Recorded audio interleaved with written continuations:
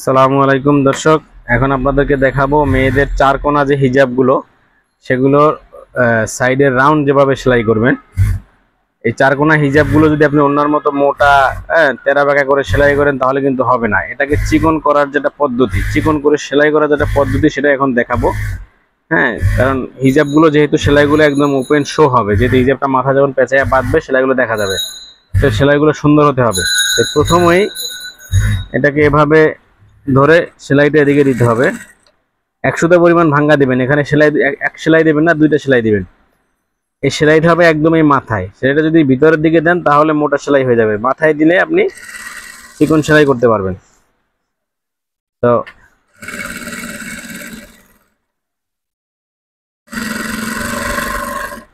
এই যে একদম চিকন করে সেলাইটা দেব, যত চিকন করা যায়। এগুলোর জন্য যদি আপনি পারেন আলাদা গাইড লাগাতে পারেন। আলাদা গাইড বলতে আলাদা প্রেসার ফিট দিতে পারেন সিঙ্গেল সেলাই করার জন্য। আসলে সেগুলোতে হয় কি, আপনার কোনাগুলো ফিনিশিং করতে পারবেন না। কোনাগুলো ফিনিশিং করার জন্য আপনার এই ফিট দরকার আছে। তাতে আপনি যেহেতু দর্জি, আপনি তো আর হাজার হাজার পিস অর্ডার পাচ্ছেন না, পাচ্ছেন একটা দুইটা অর্ডার পাইছেন, আপনি একটা দুইটা প্লেন মেশিনের এই সিঙ্গেল ফিট দিয়ে সেলাই করবেন। এই যে এখন এটাকে একদম এভাবে ধরতে হবে যত চিকন করা যায়।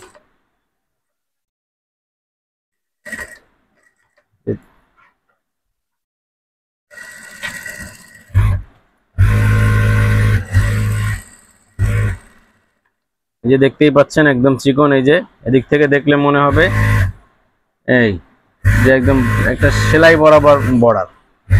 এটা এরকম চিকন করার জন্য আগের থেকে সিজারিং করে নিতে হবে। সিজারিং করে নিয়ে এইভাবে সেলাই করে নিতে হবে।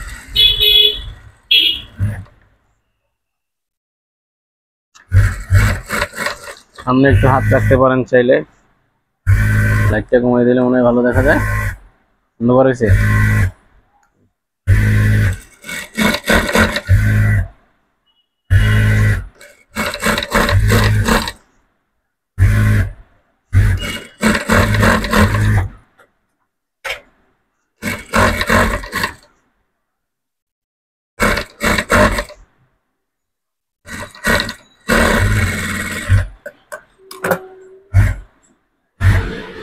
এরপরে এই সাইড একটা সাইড মেরে ফেললাম। এবার এই যে সাইডটা, সে সাইডটাকেও আপনি এভাবে করে একটা সিঙ্গেল সেলাই দিয়ে নেবেন।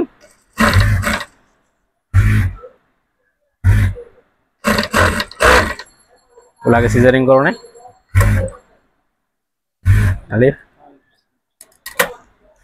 আগে সিজারিং করে নিতে হবে। আমার কারিগর সিজারিং করে না, আমি তখন সিজারিং করে নিচ্ছি। আশা করি আপনারা বুঝে ফেলেছেন যে আমি কি বুঝাতে চাচ্ছি আপনাদেরকে। সেভাবে একটা করে চিকন সেলাই দিয়ে পরে এইভাবে সুন্দর করে ভেঙে দিবেন। তাহলে এটা হয়ে গেল একদম চিকন সেলাই। ঠিক আছে, তার আগে অবশ্যই এই যে কাঁচাগুলো কেটে নেবেন, ভালো মতো সিজারিং করে নেবেন, তাহলে 100% ফিনিশিং হবে। ধন্যবাদ।